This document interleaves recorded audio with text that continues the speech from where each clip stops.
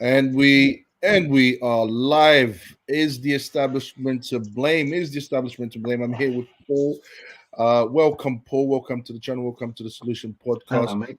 Hey, how you doing, mate? And we are just gonna have a Well, conversation. We are gonna have a conversation today um, about the establishment. Is the establishment to blame, and whatever else comes mm, along with that. Paul, how are you? Welcome to Solution I'm Podcast. well. I'm well. I'm less stressed now that we got our microphone problem sorted because that was getting to me a little bit. So yeah, glad we got that sorted. But yes, other than that, well, can't complain. Well, I could, but nobody would listen. So It's not perfect, guys. It's not perfect, so bear with us. All right, it's not perfect, but we were working on the sound issues. Well, Paul was. We were working on the sound issue, and that's the reason why we are so late. But yes, Paul, is the establishment to blame? um what is your thoughts on that? I think the establishment is to blame for every problem we have. I think almost every problem in our society is caused by our establishment. You got the race issue, people thinking, the black and white. You got the gays, straight against straights, women, men against women. All of that is orchestrated by the government because they want us just fighting each other so that we're not paying attention to what they're doing. And they see us as cattle. That's all we are. We're a necessary inconvenience. They have to have us around because they want to keep the money flowing and the cogs turning. But at the end of the day, they look down their noses at us. We're nothing but scum to them. And yeah, all wars aren't caused by the neighbour in my street, the Muslim down the road or the black man next door. They're not causing wars. They're not printing money left, right, and centre and causing this massive inflation and sending millions or billions off to other countries when we've got our own homeless living on the streets. All our problems are caused by government. That's how I feel. I'm so anti-establishment, and it's not a right thing. It's not a left thing. Labour, Conservative, Liberal Democrats, Republicans, all the fucking same. All of them. They look down their noses at us at the same time they take our fucking money um, and pile the debt on our shoulders, right? Because they're not taking the debt on. Every time they spend another million or another billion, that's more fucking debt on each of our shoulders. I have absolutely, I believe, yeah, the government is responsible for absolutely all of it. Shouts to Prince of Power tuning in. Shouts to you, JM. Oh, okay, I hear you, Paul. What I would ask then is, what, because you said it doesn't matter whether it's the right or the left. It's all the same. No, It's all the same. it And is. I'll be honest with you. Up to a certain extent, I agree with you. So, would you Mm. say, is it fair to say then that there is a cabal? No, I think that there is an elite group. They're elitists. They have been ruling over us for generations, generations and generations. And the people at the bottom stay at the bottom, and the people at the top stay at the top. And it's not a cabal. It's simply a case of class. It is these people with money. I'll give you an example of something I was thinking about the other day. Um, do you know that if you look at most of the people in Congress in America, most of the powerful ones come from families that owned slaves. They traded in slaves. Kamala Harris, her great great grandfather or great great great great grandfather, was the biggest slave owner and trader in Jamaica. Yeah, and Barack Obama. All these people, they are all come from the same establishment elites that have been doing the same bullshit stuff over and over again to us.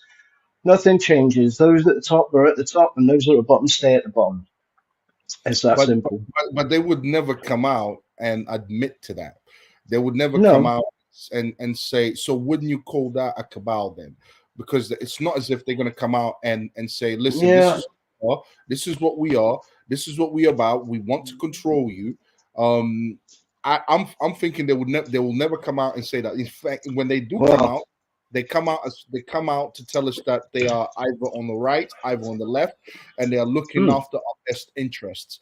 That's when they that's do right. stuff. That's what we hear from their mouth. But what we don't hear That's right. is our intentions are something else. And Well, we're going to get into why they do what they do. But yeah, go ahead. We'll go ahead, Paul. here's the thing, and this is something that I hear very, very few people, if any, ever say anything about. We are owned.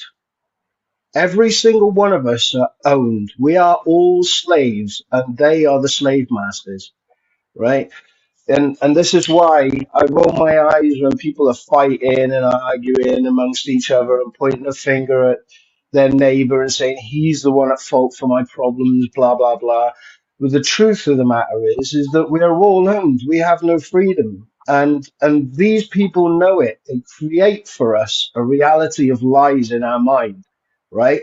So democracy, right? Makes you think that you have a choice, that you make some sort of choice and you have a hand in the destiny of your own country, right? But when they said, do you want to leave the EU or stay in the EU? And we voted to leave. They turned around and said, well, that's the wrong fucking answer, mate. So there's your democracy right there. There's no such thing as democracy. It doesn't exist because when the people said, well, we want this, they went, "Nah, that's the wrong fucking answer. You're not having that. Yeah. You don't have Uh, freedom. Someone once said democracy is just a good idea. Now, I think it's a great idea, Mm, democracy, but but it comes down to whether it works or not, and whether it works or not depends. It depends on people's honesty, on people's moral compass. yeah. And I'm sorry, you can have a good idea. It doesn't mean that human beings can't come in, and human beings are still corrupted. So you can have a Well, great idea. Democracy, I think it's a great idea. I think it's a great idea, but on whether it paper, yeah. work, it depends on people's honesties, on people's sense of Yep. morality. I think it depends on that. But democracy is a great idea, I would say. Well, yeah, it's a great idea to trick you into thinking that you've got some sort of hand in your future. And this is the thing that it is the lie. It's a clever lie created to trick us into thinking the world is a certain way. And that's my point. Our prison is our own mind, and it's a prison with walls of lies to trick us into complacency and to be controlled. It's just that simple. Like so you've got things like I'll give you an example. They go, oh, like oh, we've had some sort of terrorist attack. We're gonna take away some of your freedoms, but it's for your own safety, and we're only going to use them to find these terrible terrorists that have caused these issues. And what they're doing now, they're spying on us left, right, and centre. They're using it to control us in different ways. They're shutting us down on social media, knocking on our door when we post the wrong thing on Facebook. Right? This isn't a free country. We aren't free, and I'll prove it to you right now. Stop paying taxes.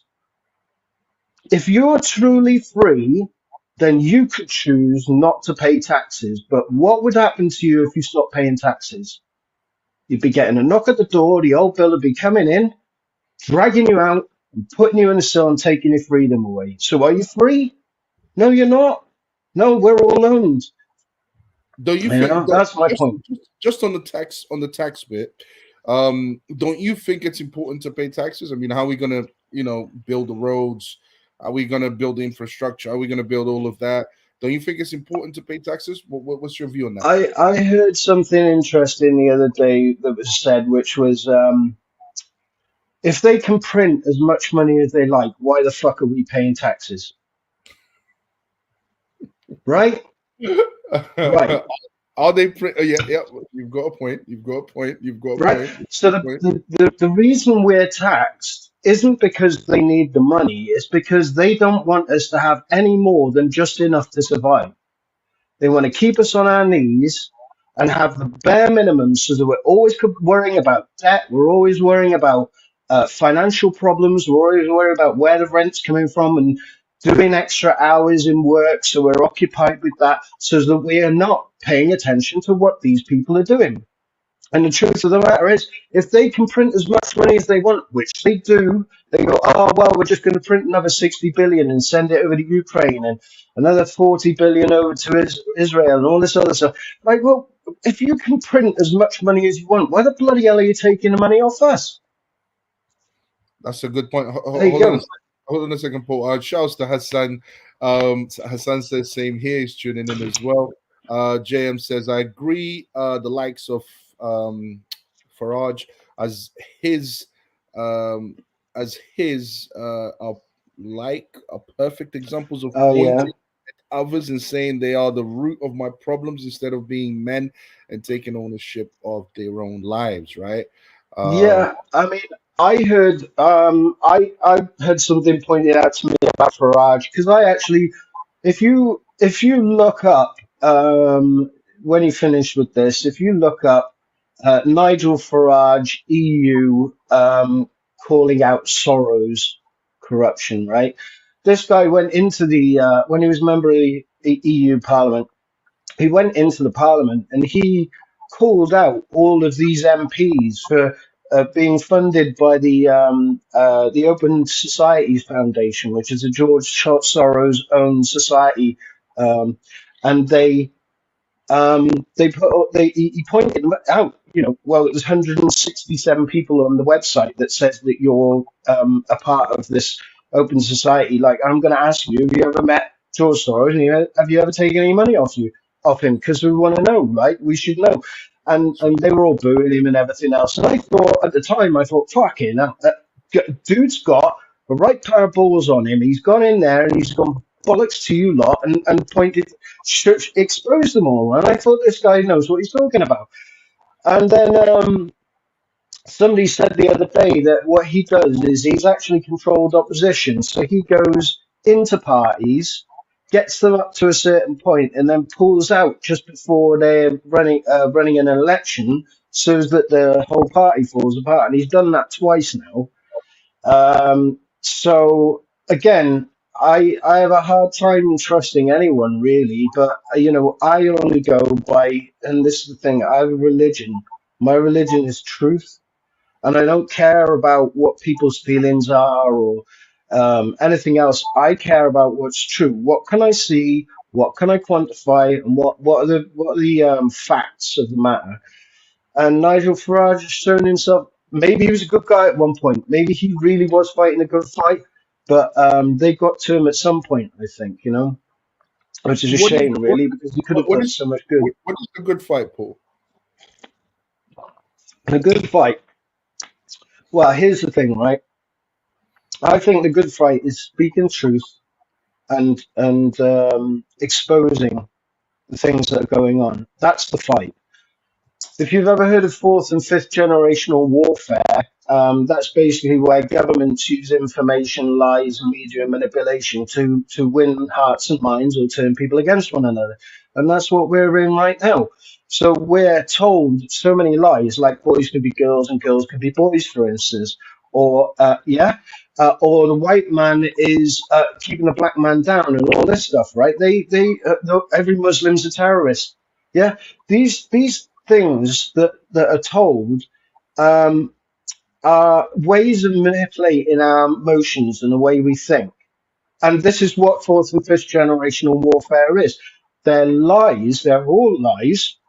I mean, look at what the media did with COVID. Safe and effective, blah, blah, blah. Okay. They're all lies. It's all manipulation. It's all just trying to get into your head. But the reality is, the fight is exposing the truth. And I do it one person at a time. Every time I see someone, they call me a crazy conspiracy theorist for years. I was telling them all sorts of stuff. Oh, this, there's that. Oh, Ukraine, blah, blah, blah, blah. I tell them all sorts of stuff. And eventually someone would come to me and go, do you know what? You were right about that. I was looking into that and you were right, and blah, blah, blah. So it takes a long time. People don't want to listen, or that you have to plant a seed and let it grow in their own minds whilst they're doing their daily. And eventually they come across something else and they go, hang on a second, he was talking about that, And that's where we're at with it. You know, it's the fight is trying to get through to the people that are asleep. That's the fight. What would you say? Okay, let me ask you this question. And I just want to find this out from you. Has there ever been a perfect government? Well, if you if you go by what I understand the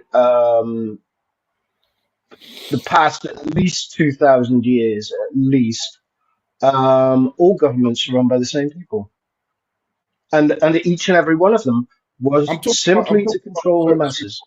I'm so sorry, Paul. I'm talking about overall throughout human existence. All right. Mm.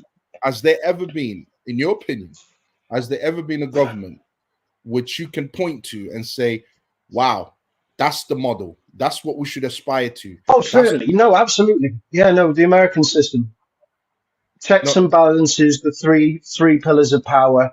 Not what's going on in the government right now, but the principal idea, the executive, the judiciary, and the um, the politicians, the liars, basically. But that's the three pillars. And then you have a Bill of Rights, which it doesn't give you your rights, but it enshrines your rights in a document so that the government can't mess with it. That's what it's for. It's not to tell people what their rights are. It's to stop the government from taking them away. That's why it was created. And that system, if done right, with the right people in power, that system would be the best system you could ask for. It's certainly not this one. You remember what they did with Count Dankula here, and they Mhm. prosecuted him in court. And then when he tried to appeal, no appeals. No, you're not allowed to. You're not allowed to show your evidence. You're not allowed this. You're not allowed that. They just wanted to persecute him, to crucify him. You know what I mean? And they keep doing it. They've done it loads of times. There was that Now, woman outside the abortion clinic a little while ago, who's just stood on the opposite side of the road with her eyes closed, and the cop went up and said, like, what are you doing? And she goes, well, I'm just praying and praying for the poor babies that are being killed, and I'm praying for the mothers. She that's said, it. well, you can't pray. She said, yeah, it's protesting. She said, no, I'm praying in my head. And she arrested her for thoughts in her own mind. That's what she arrested her for. So the system that we're in right now, that's why I say we're not free. We're all slaves, and we're all slaves to the system. They were arresting people for not wearing masks. There was no law that said you had to wear a mask, but they'd drag you out of the street and stick you in a cell for not wearing a mask. You know what I mean? Yeah, thought So yeah, guys, look out for thought crimes. This is the new. This is where they're heading. They're heading towards their yeah, thinking about it. yeah. Crime. And I'm glad you brought up that example. But what you've described in terms of you described the principles of the system. Mm. But do we? If the system, if the system was done right, uh, meaning if we had good people controlling the system would work because the system is actually we can actually come up with a pretty good system. Human beings can actually come Mm. up with a pretty good system. The problem is can we live up to that system? Can we live up to those principles? And what I find, Wow. whether we are talking about the people in power or the people at the bottom, given enough, given enough temptation, given enough power, given enough, they always tend to somehow go corrupt. There's always Yeah. tend to basically lean towards corruption rather than doing the Mm. right thing and living up to the principles of the system that they set up. This is what I find. So the issue to me, from how I see it, it's not that we can't come up with a system. It's No. the people. It's human beings. Well, but these systems are created by the same people that control them. You see? So you like the working class didn't come up with the British system. Like our kings and our politicians, look at the House of Lords. They're all a bunch of rich pricks. They have their mansions, they got their old money, like, you know what I mean? And these politicians in the House of Parliament, no different. I mean, they're all toffee-nosed pricks. They've got the sticks up their asses. They went to private schools, went to universities, Yale and Oxford or Cambridge or whatever, and they're all part of the same club. Like there's no, you know what I mean? It's sort of like these people never had to eat a pot noodle sandwich at the end of the month because they didn't have any money left, so I had to worry about whether they was going to put fuel in the car or food on the table. Right? These people have always had money. They've never wanted for a meal in their entire lives. Like they've never struggled. They don't understand the working class in any way, shape, or form, and they don't care to either. You know. But isn't that moral? So Isn't that a moral issue? Because you agreed with the system. You said the system was great. mm, You agreed with the system. You said, I actually agree with that system. It seems to be a fair system. But isn't that a yeah. moral issue? Because I find that it's a moral issue. It's whether Mm. it's whether human beings are gonna do what is right or do what is wrong, and usually they tend to do what is wrong. Do you know what corrupts people? There's a whole bunch of Money. things. Money. Money corrupts. Money corrupts. People will sell their souls for money. You just have to look at those Instagram models that go to Saudi Arabia to get shit on and things like that, or Dubai, right? Yeah, and they're doing it for money. They're not doing it because they like it. They're doing it for money. And politicians are the same. Even the drug dealers in the streets, right? They don't beat you up for no reason. They beat you up because they want your money, right? Money corrupts. The idea of accumulating more money and needing to have money in your life is enough to corrupt the soul. And that's why you see all these bloody politicians sending money to places like Ukraine and all that. They're not sending it over there to fight a war. They're sending it over there so they can circulate it back into their own bank accounts. You Instead, know, instead, all of these instead of money, Paul, Sorry? wouldn't you say it's greed? Well, but the money, the financial money system, um, is well, I mean, set up by the Rothschilds. We know this, right? So the Rothschilds set the banking system up in the 1830s or something like that when they created the Bank of England. And from that point, they were able to lend money out to the governments and basically control the entire system, control the world. But that money, I mean, if you look at the $1 bill, it's got Hmm. the Illuminati pyramid on the back with the all-seeing eye on there, right? I've, I've Because they seen it. know, I've seen it. yeah, Yeah. they know that money is the reason for all the corruption. If you took those politicians' jobs, right, and you said, okay, well, you'll have a house, we'll supply a house, but there's no wages. We'll supply food, we'll supply a house, we'll supply transport and security and everything else, but you don't get paid. You're going to do it because you want to do better by the country. There's no financial incentive whatsoever. You would have a system that wasn't corrupt, right? Um. Yeah. Yeah. I agree with you 100%. But what I'm trying to get at is, okay, where does the how much are the public to blame? Would you say? I don't think you can really hold the public to blame, to be honest with you, because if you imagine that people are brought up entirely in a system that's telling you one thing all your life, right, from the ground up, and whether or not you believe the moon landing has happened or not, right?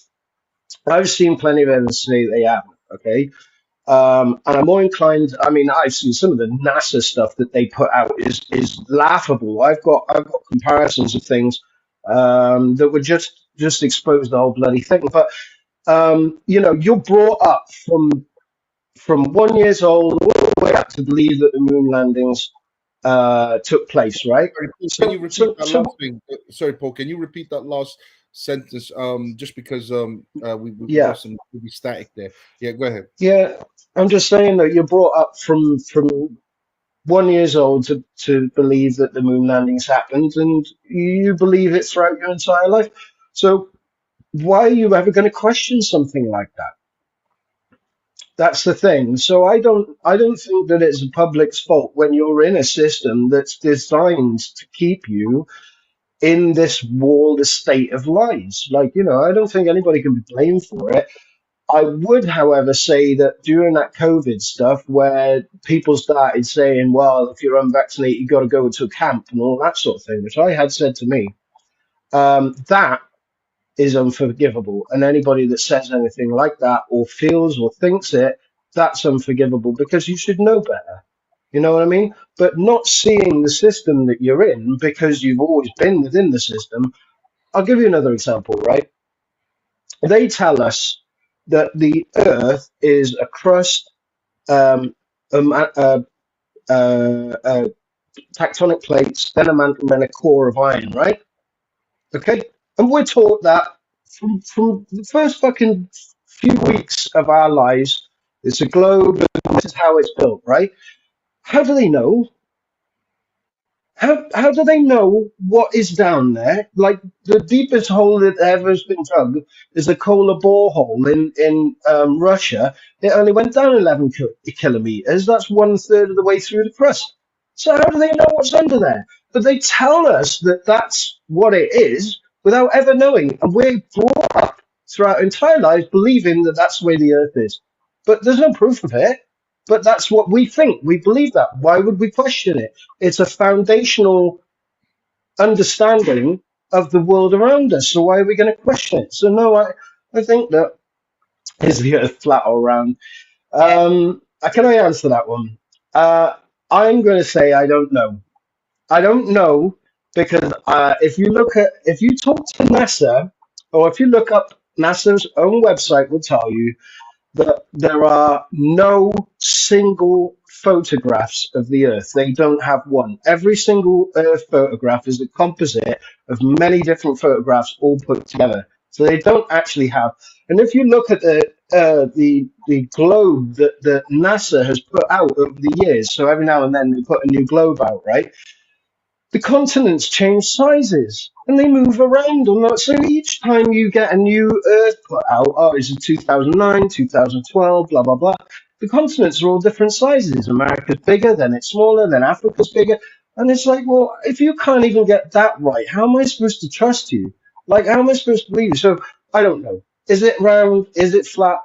Yeah, there's good arguments on both sides. If you look into it, I find the flat earth stuff very interesting to look into, but I just can't say either way. I'm not definite one or the other because I just couldn't fucking say. But I'll tell you another thing, right? You know, they got that NASA space station, yeah? If you look, you can find loads of videos of women that are supposed to be floating in space who've got hairspray in their hair to make their hair stick up. You can see them on, yeah, you can find this shit online if you look for it. You look, next time you watch any of those people on the space station, watch the women's hair. It sticks up like that, and when she moves, the hair moves like a hat rather than sort of waving around. They use hairspray to stick the hair up. It's laughable really. But they have like green screen fails every now and then as well. And if you find the right snap, you can see their harnesses that they've got that they've been using to float on. So it's like, well, is there a space? Yeah, okay, there probably is, but I know that fucking space station isn't real, or at least what they're showing us isn't real. Maybe there's a space station up there. Maybe they're doing something else. But what they're showing us on TV is not what is going on up in that space station. So let me ask you. That's what I know. Everything that you've described to me, you said, so I can't really blame the public that much because, well, they were raised in it. They were raised with these lies. But everything that you've been telling me, it sounds like you've come to realize, regardless of how you were influenced, regardless of, you know, I'm sure you've been hearing these lies since the moment you were born. And this is what I was trying to get. And yet you were able to look into it and realize that these are lies and realize that you have been told lies. And now you're speaking out against it. I believe that every human being has this ability. I believe that every human being has the ability to look at the truth and to look at the facts and either go along with it or not go along with it. For example, abortion, that's another one. You're clearly, murder, you mean? Clearly the murder of a baby, right? You're clearly killing a baby. But guess what? You have human beings, even with all the scientific evidence, you will have them, they will deny it. They will make up Mm, whatever excuse they can in order to carry out that abortion, in order to support the in order to support the abortion argument. Now, yeah. to me, what I'm seeing there is human beings are capable of, they obviously have free will, they obviously can think outside of the box, and they obviously choose to not think outside of the box for whatever reason. And I don't think Yeah. they're being, I think that we are all brainwashed, but we have the capability to think outside of the box. And a lot of human beings, and this is why I can't completely blame the government, because I look at the bottom and I see a lot of people making excuses for evil. Yeah, I know. No, I get that. I'll tell you this though. The thing is that with a lot of people, you've heard the analogy about being plugged into the matrix, right? You know, taking a red pill and waking up and all that stuff, right? So Yes. the analogy, if you watch that film after sort of seeing COVID and what happened there, right? You realize that there are a great many people that are plugged in that have no ability whatsoever to see the world as it really is. And you know, the COVID stuff, you know, like for instance, right?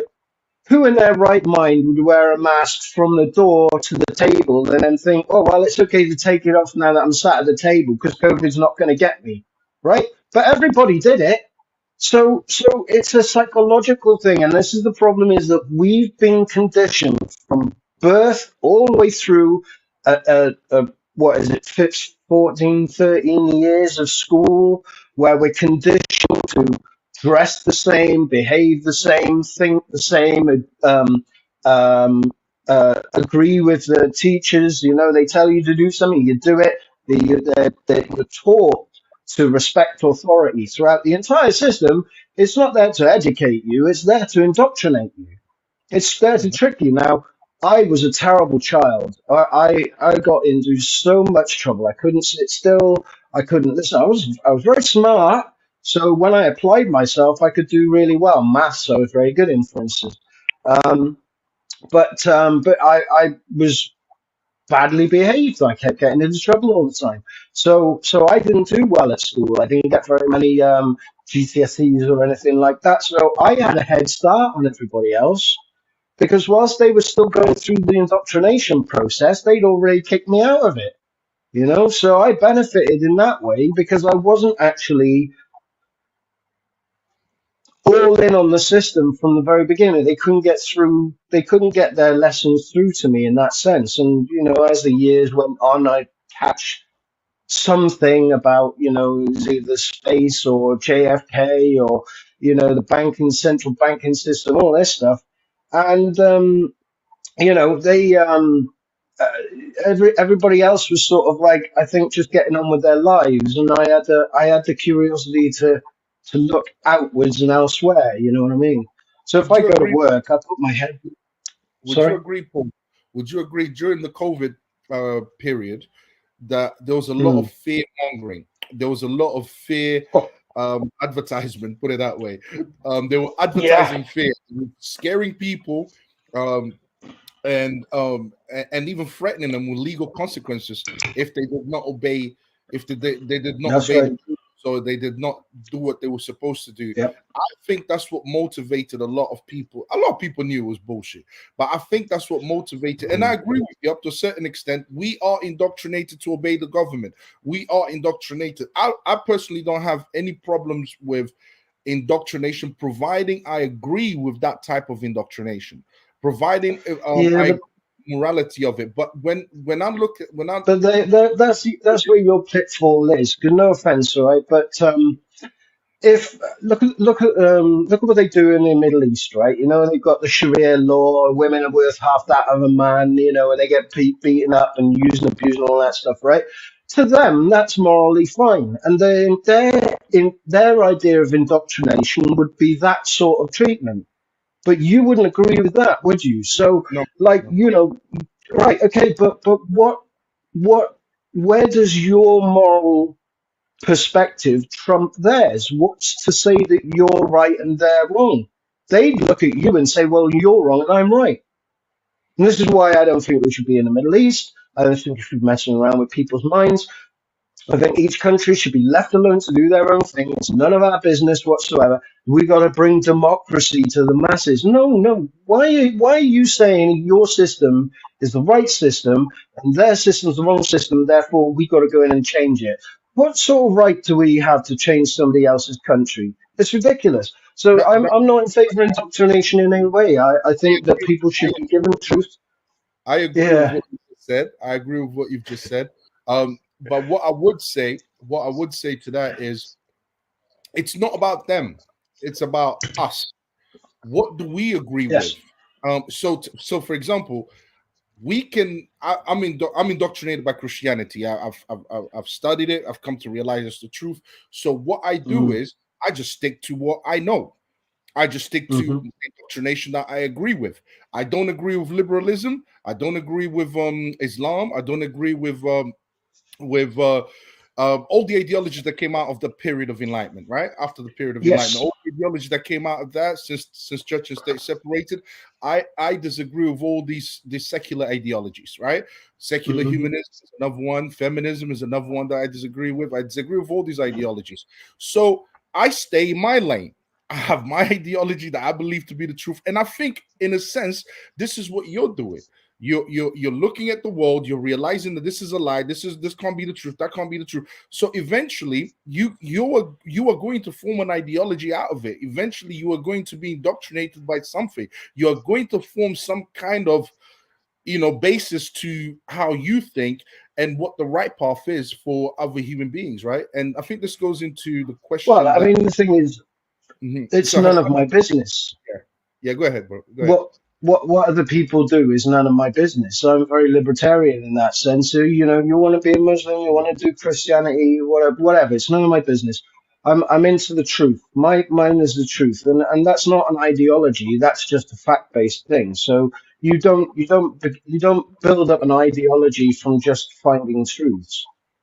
So, I mean, even you could even argue that Christianity is an ideology. Do you know what I mean? It's like, and look, I think that any religion that says be a good person and treat others well and everything else, I'm all for it. I'm all for that. I think it's a good thing, and a lot of people need that religion to guide them into doing what the right thing.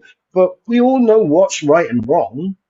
Our society teaches it, the laws teach it, our parents teach it, the religions teach it. We all know what's right and wrong. It's just that people choose not to do it. You know what I mean? So I don't think that I don't think you necessarily need a religion. I think you just need to have people with moral compasses. But saying that, we do get our moral compasses and our understanding of morals and principles from religion, particularly Christianity. Well, Christianity is no longer in power right now. Um, the church, like I said, the church and state has separated, and we have been living under secular world, and the thinking and the ideologies that have come out of human reasoning is feminism. And I don't know if you agree with feminism or not. I don't know if you agree with secular No, humanism that's or not. that's Exactly. just a way of tricking women into being unhappy. That's what that is. Yeah, and killing millions and millions of babies in the process. But the Yeah. but this is where people are getting their moral framework from now. Now, when I look at Yes. society as a whole, you see. Let me ask you one question about the cabal, right? Um, Right. I was going to ask you the question that Hassan has for you. What plans do you have for society as a man, free from the system? Because I believe that system is inevitable. Me personally, I believe that every human being, every group of Mm. humans will eventually create a system, some kind of moral framework in which they need to operate in. I think that's inevitable, absolutely inevitable. It has to happen. But what would you say before I go into, because I wanted to go back to the cabal, right? And I wanted to ask you, what is their purpose? Why are they doing what they're doing? What's the reasoning behind it? But Mm. uh, Hassan just has this question for you. What plans do you have for society as a man, free from the system? And then we can go back to the question that I just asked. Well, I have met. a few people over my time that have known what the system is. Like, they get it. They see the crap that's going on. They saw the plays with COVID. They see the government, the way they're manipulating us and everything else. And they tell, countless times I've been told, like, I really wish I didn't know these things. I wish I was asleep. You know what I mean? And I tell each and every one of them that the thing is that whilst we may not want this burden of knowledge, the knowledge has been passed on to us. And it is people like us who expose the truth and stand up against the lies that have stopped them from doing what they want to do. If we had all been indoctrinated and none of us, oh, he's gone. Can you still hear me? No, I can see. Yeah. No, If we'd all have been asleep during COVID and none of us had been awake, none of us had spoken out, none of us had stood up against the thing, against all lies and everything else, the government would have had their way and they'd have locked us down for 8 years and more. So that's our duty. Whilst we don't want to know these things, we do. And if we do, we have a responsibility to make sure others do. And that's where we're at. Until I'll give you an example why this is important. You remember when they told us about weapons of mass destruction? They used it as an excuse to go into Iraq. Remember that? Right. Why did they lie to us? Because they had their own agenda. Yeah, but why would they lie? Why would they lie to us? Like if they've got control of the system and they can do what the hell they want, why would they bother lying to us? But they lied to us because they still did what they wanted. Yeah. But they lied to us because they knew that they had to have us on their side. You see, they won't do anything. Like, for instance, COVID passports and stuff like that, right? As soon as the COVID passport crap died down and they realized that it wasn't going to work and too many people were against it, they dropped the idea. And that's the whole point, is that whilst people are asleep, the government lie to us, weapons of mass destruction, and then do things that they want. And the population, because they're asleep, they don't stand up against it, and they carry on doing their thing. So they need to have us on their side because they know there's far more of us than there are of them, and they can't afford for us to turn against them. So that's the reason they lie, because they still need us on their side for them to do the things they want to do, right? So if we wake everyone up, the governments can't do what they want to do, because as soon as they tell us a lie, we go, well, that's a bloody lie. We know that's a load of shit. You're not doing it. But whilst people are asleep, like with COVID, right? How many people woke up during COVID? A lot. A lot. Like, 14 days to slow the spread turned into months and months and months. And then it was, you could eat outside of the restaurant, but not inside, but you can have a tent on the outside. And you can have a closed tent on the outside of the building, but you can't go inside of the building and eat in there because that's dangerous, right? And it was all those things that woke a lot of people up. All those people that were watching their grandparents or the mothers or people were dying in hospital where they couldn't see them, they couldn't hold their hand, they wouldn't let them anywhere near them, and all this sort of thing, right? Woke a lot of people up. Now, the only way that you stop these governments from doing what they want to do is by exposing them to other people. The more people are awake, the less likely they are to do things. And that's the only defense that we have at the minute. Do you think that's working? Do you think things are getting worse or better, in your opinion? Well, the thing is that have you got kids? Have you got kids? Yes, I do. Yeah. Okay. So 3. All right. Well, you get your hands full, haven't you? When you got a kid and they want sweets, right? And you say no, and they start to get pissy with you, and you say no, and you're pulling them away from the sweet rack, and they really want the sweets, and the more desperate they get, the more aggressive they start crying, they start begging, they start throwing a tantrum on the floor, right? That's what our governments are doing right now, right? Because they know they're losing control. More and more people are waking up all the time. They can't do what they want anymore because not all of us are asleep. So it's getting worse because more of us are waking up. They're throwing their toys out of the pram. They're crying. They're wailing. They're raising the prices on everything. They're raising the price on fuel. They're causing all these fucking because they're upset. They're upset that they can't do the things they want to do. So this is going to get a lot worse because they've got a lot more strings to pull. But it is going to get better eventually because the more people wake up, the less they can actually do. So, So I think it's just a case of sitting it out. so in your opinion, you're saying that things are getting worse, but only for a certain period of time, and eventually they will get better as more I people. believe so. Yeah, because the thing is that the government they they rule by deception, right? So their way of controlling the population and doing what they want is with deception, right? Weapons of mass destruction. They will, and I mean, they will have in the past for a very long time used fear, like you said, as a tactic to control us. Now, you look like a worldly gentleman. I assume you've been in a fight one or two times, right? Plenty. Yeah. Yeah. Okay, you and me both, right? So do you remember the first time you got punched in the face, right? The Yes. first time you didn't know what was going on, right? You were thinking, why has he hit me?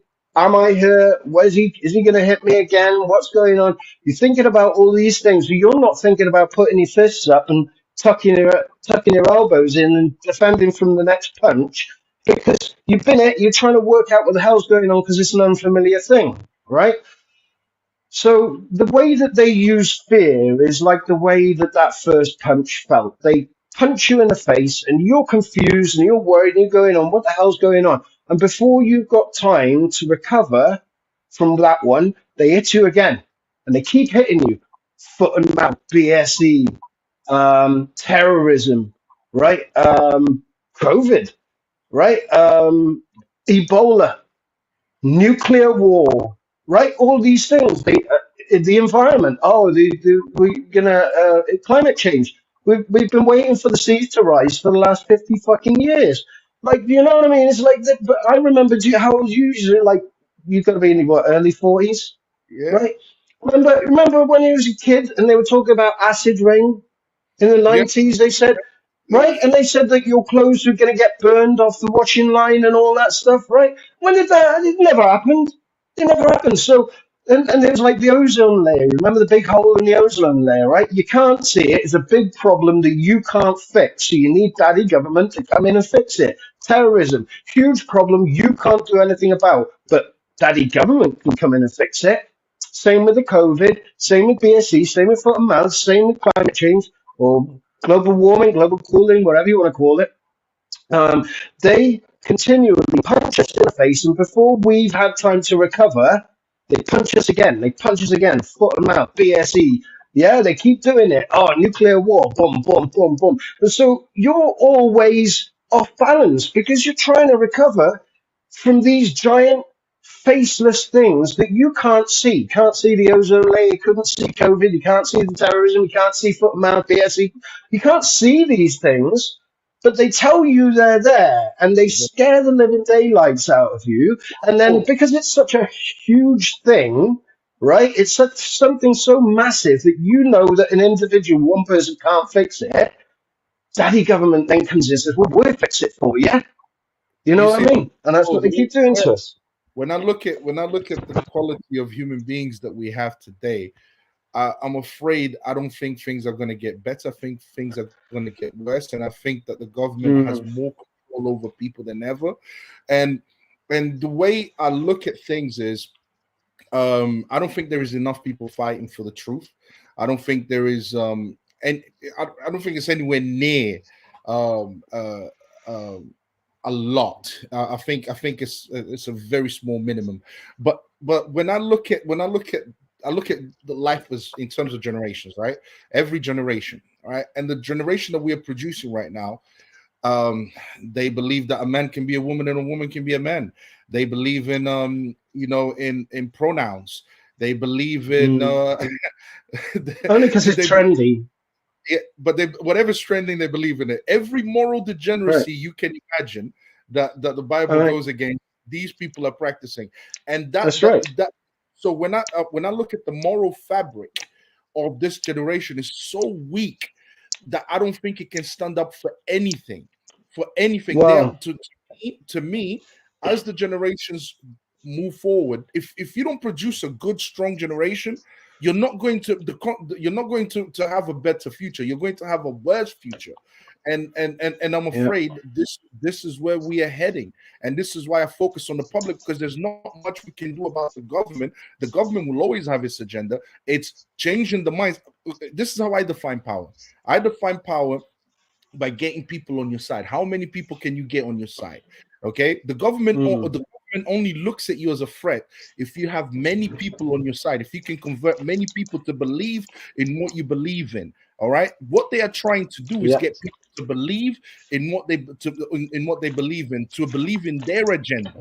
This is what the government wants to do, because the government understands that that's where the real power lies. If I can get everyone to do what I want them to do, if I can get everyone to agree with me and do what I want them to do, then that means I have the power.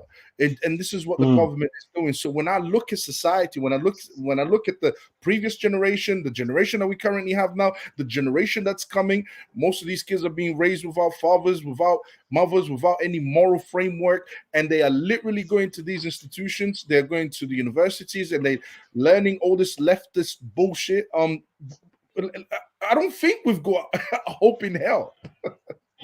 Well, have you ever noticed how kids can be really rebellious, right?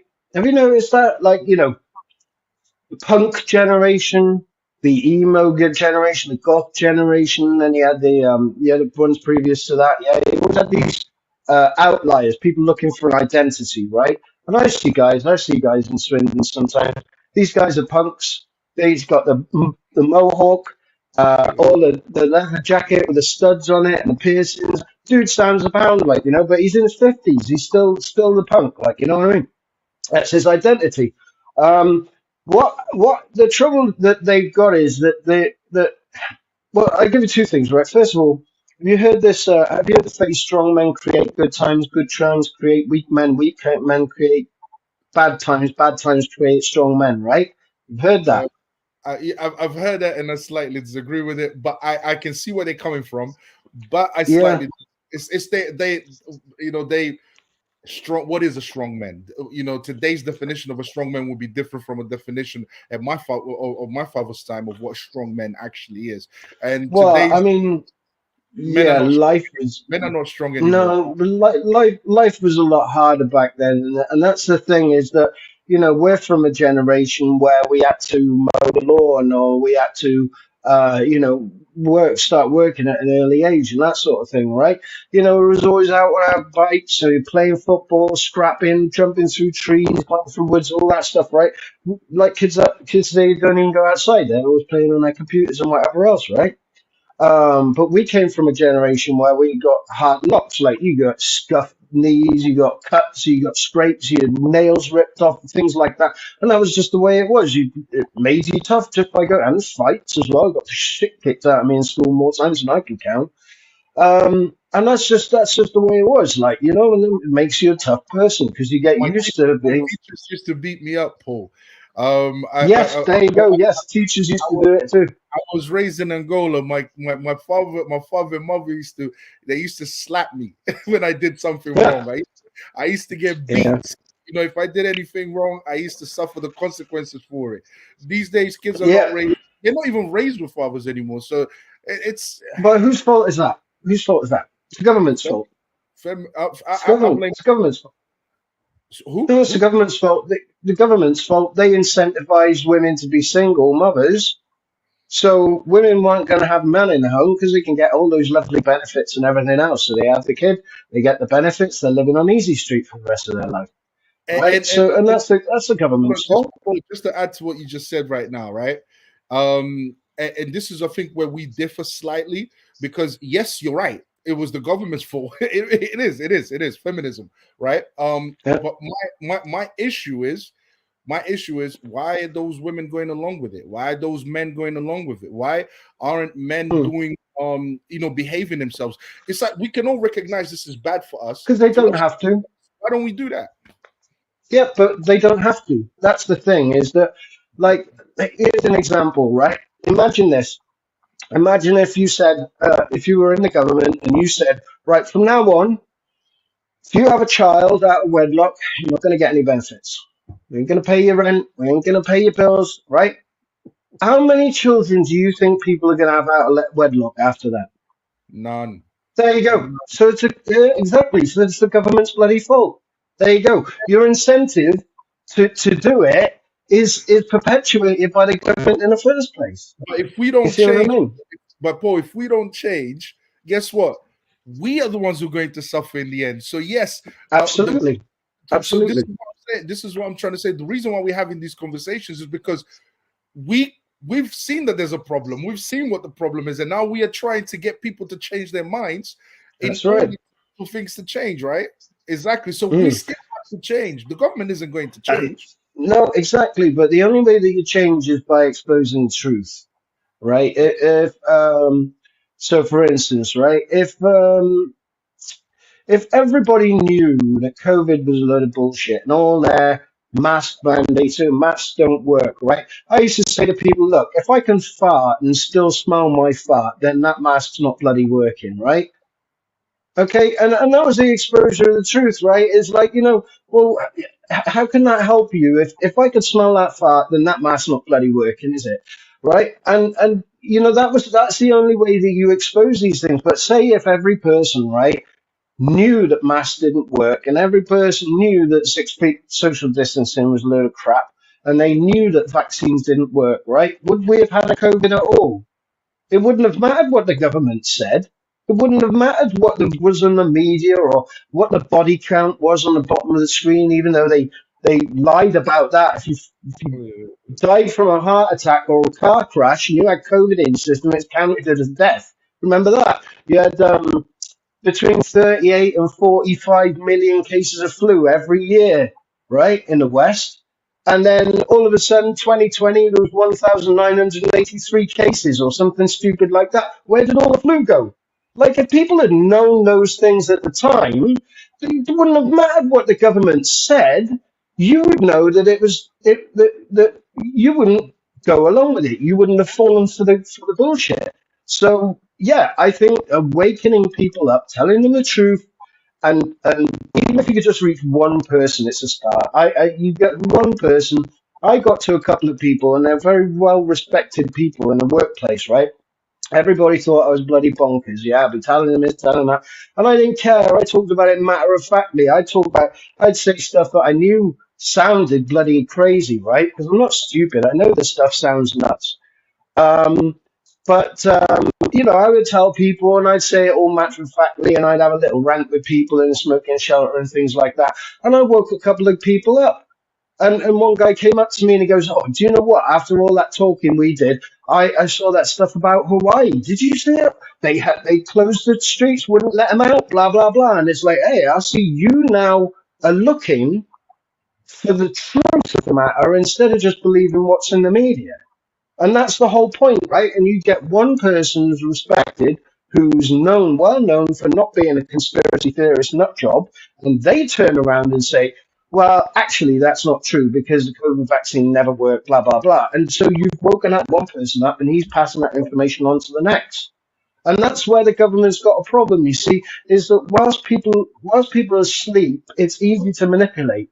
And so they tell you lies, weapons of mass destruction. Yeah, Saddam Hussein, the Twin Towers collapsed and all the people were from Saudi Arabia, but we're going to go into Iraq.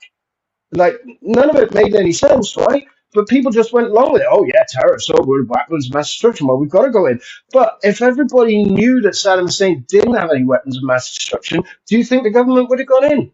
No, But they how? bloody wouldn't have, because they'd have known they'd have been exposed. No, You know?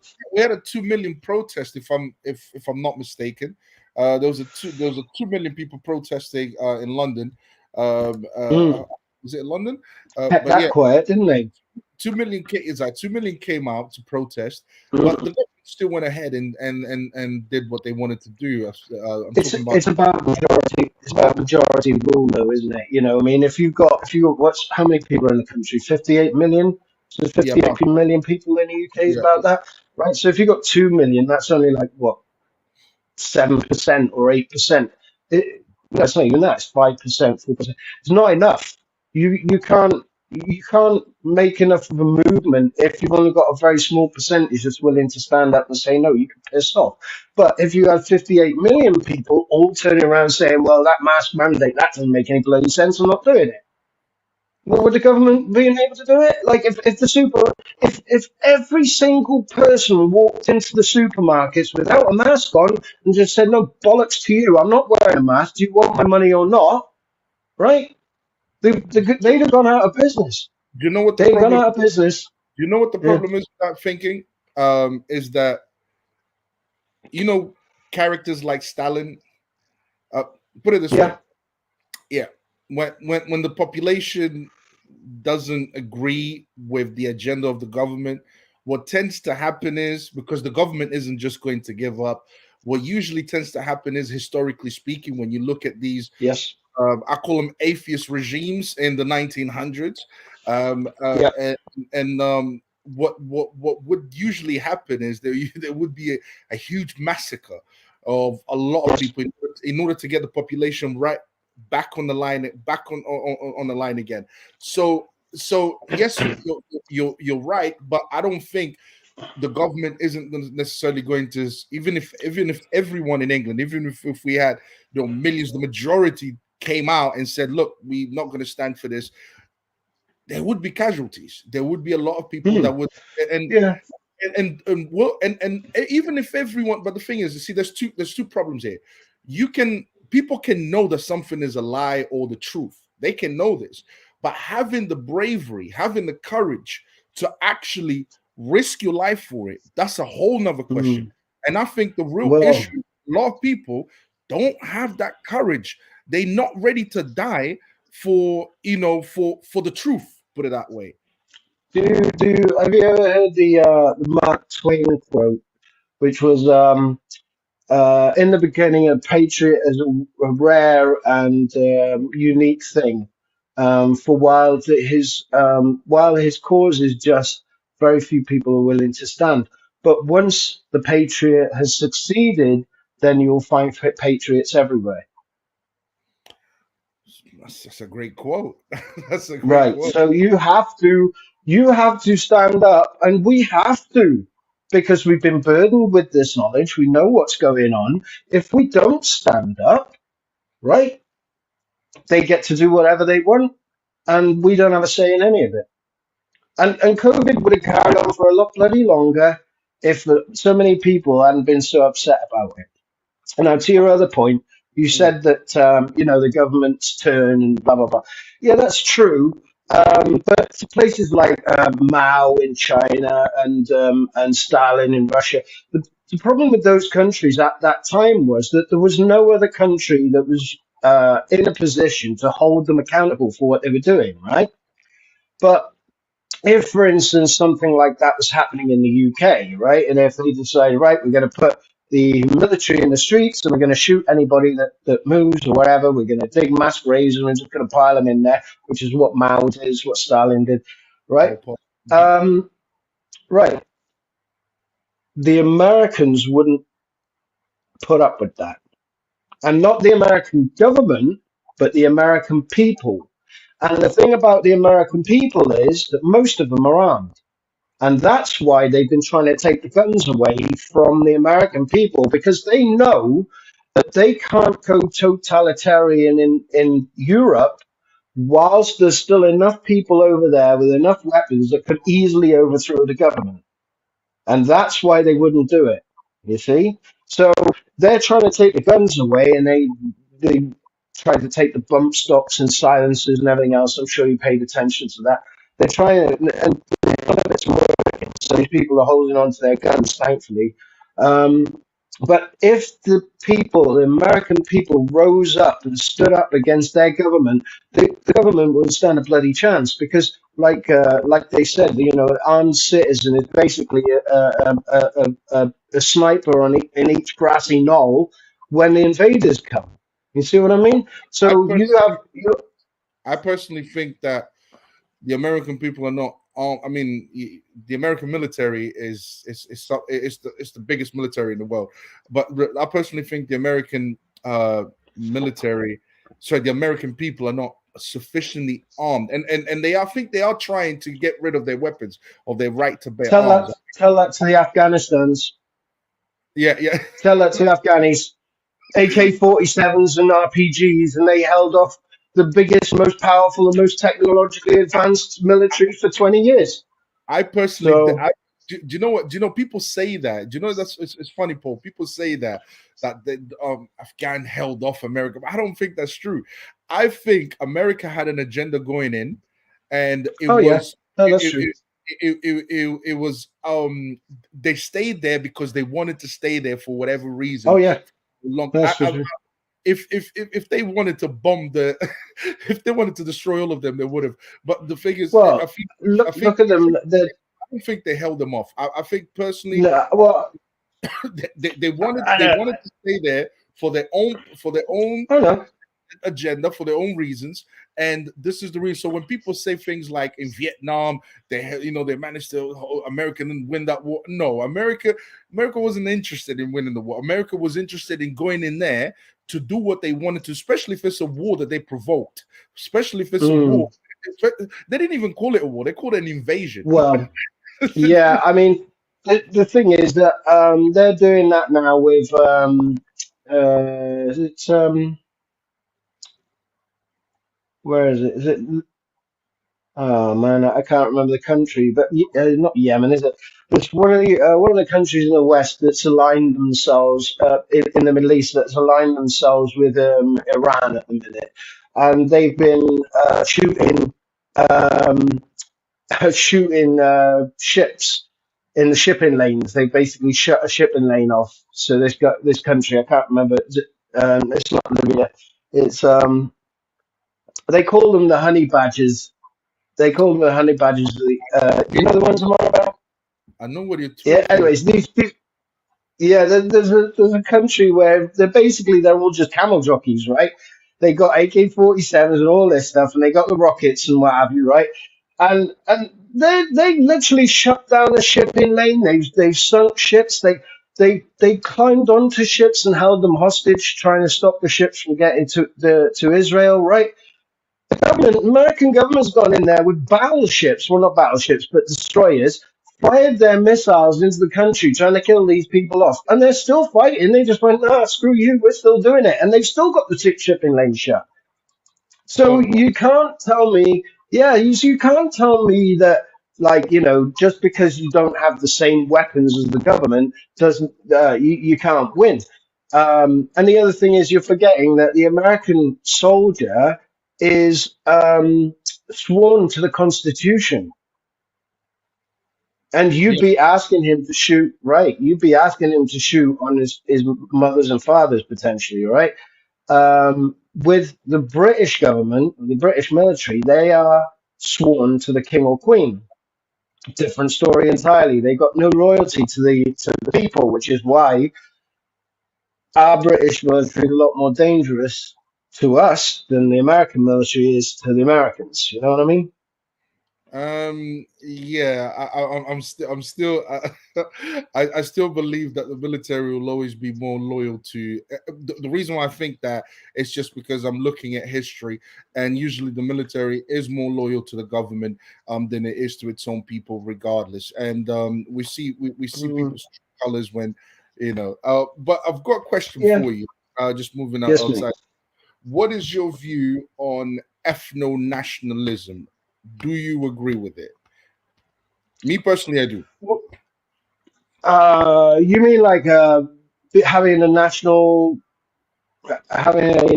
pride? Is that what you want to Yeah, I mean, describe to me idea, what you think the, ethno-nationalism is. yeah, the idea that a country belongs to a certain ethnic group, a certain group of people, that Well, I mean, share the same ethnicity. So, for example, English, English Caucasian people would be the ethnic group that belongs to this the England landmass.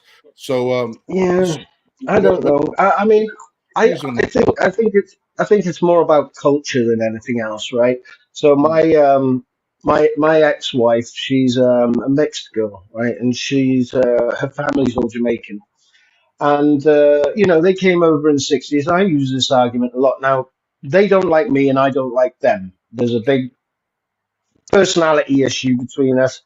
It's nothing to do with skin color. It's everything to do with personality, right? And but my argument has always been: look, they came over in the '60s from Jamaica, right? They worked hard. They paid into the system. They abided by our laws. They became part of our society. Raised a family. They paid into the system their whole lives. They're as British as I am, as far as I'm concerned.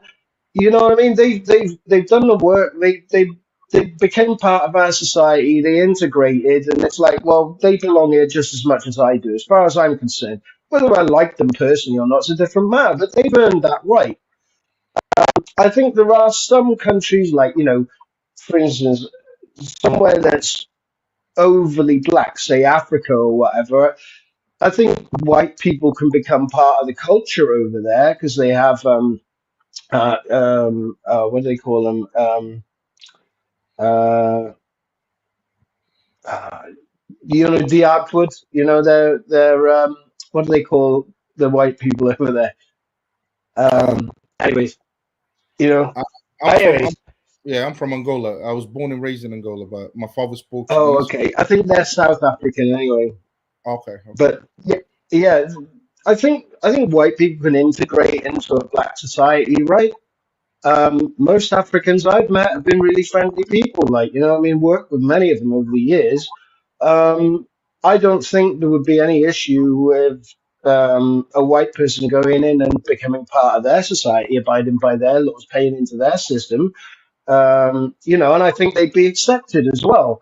But then, could you argue that that person doesn't belong now? I don't think you could. I think it's about the culture itself, right? If you become part of the culture, you eat the foods, respect the culture and the traditions and things like that, then you can become part of another society. There's white. I mean, Japanese people really hate people from other races, so they don't like white people, um, and they're very closed in their society and that sort of thing. But the Chinese, they accept a lot of white people. If you speak the language and know the culture, that sort of thing, they'll accept you there. Um, Yeah, but is the this racism? that's exactly what I mean, Paul. What I mean is like, um, can, would you be okay? Me personally, like I said, I'm not okay with ethno. I'm okay with ethno nationalism because I think that's how every country comes about. It comes about purely from one specific ethnic group, and the Mm, country builds itself in that way, and then they become the majority. They own that landmass, and so on and so forth. Now, yeah, what I'm basically saying is, would because no we everyone's talking about immigration this, immigration that, blah blah blah blah. um if immigration became so huge that it would eradicate the the ethno the uh people. population. Mm, Exactly. And I mean, I don't personally, I wouldn't want to see Angola, where the majority is black, no. majority becoming white personally, right? But would you be okay? Are you okay with ethno nationalism in that sense? Um, I think it's more about holding on to our culture. I think that the government's causing the problem of immigration. Again, it's a government problem, right? Like, you're not letting people in, I'm not letting people in. Like, it's the bloody government that's doing it. Um, right. Do you remember when the Polish were coming in about 15 years ago? Remember that? Polish everywhere, right?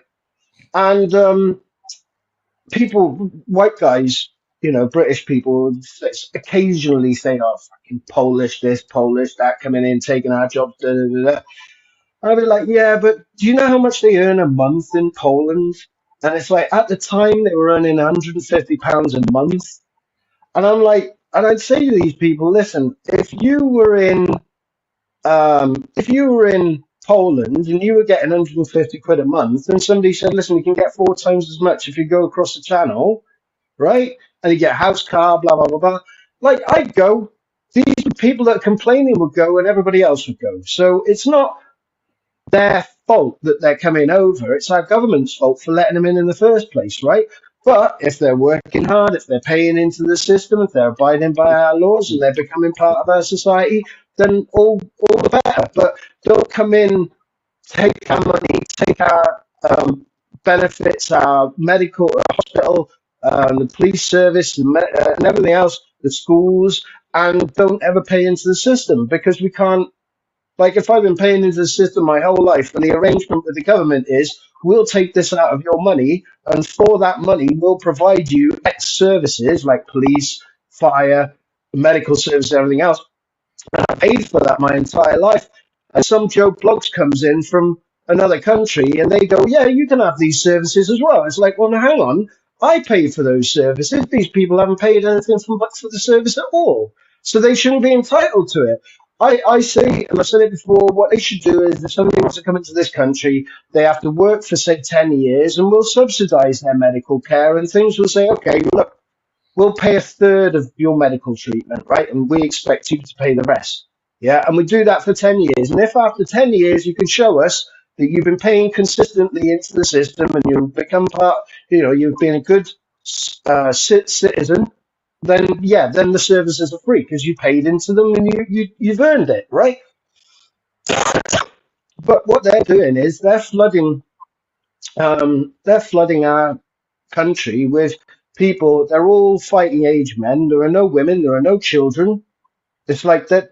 They say that they're fleeing all these hardships and everything else, but I don't see women and children being brought over. They're all fighting age men. So there's an agenda there, right? I didn't have a problem with the Polish coming over. I quite like the Polish. They're hardworking people and they're quite funny. A bit racist, but they're quite funny. Um, they are. They are. They just got a real attitude to anybody who isn't Polish. Um, but we had Romanians as well, and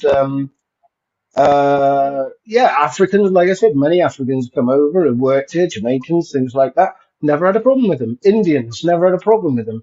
You know what I mean? It's like they came in, they became part of our society. The Indians getting away too much a little bit because they buy streets, they buy entire streets, and then they got people coming over and they don't bother learning the language and things like that. So there's a little bit of lack of integration there.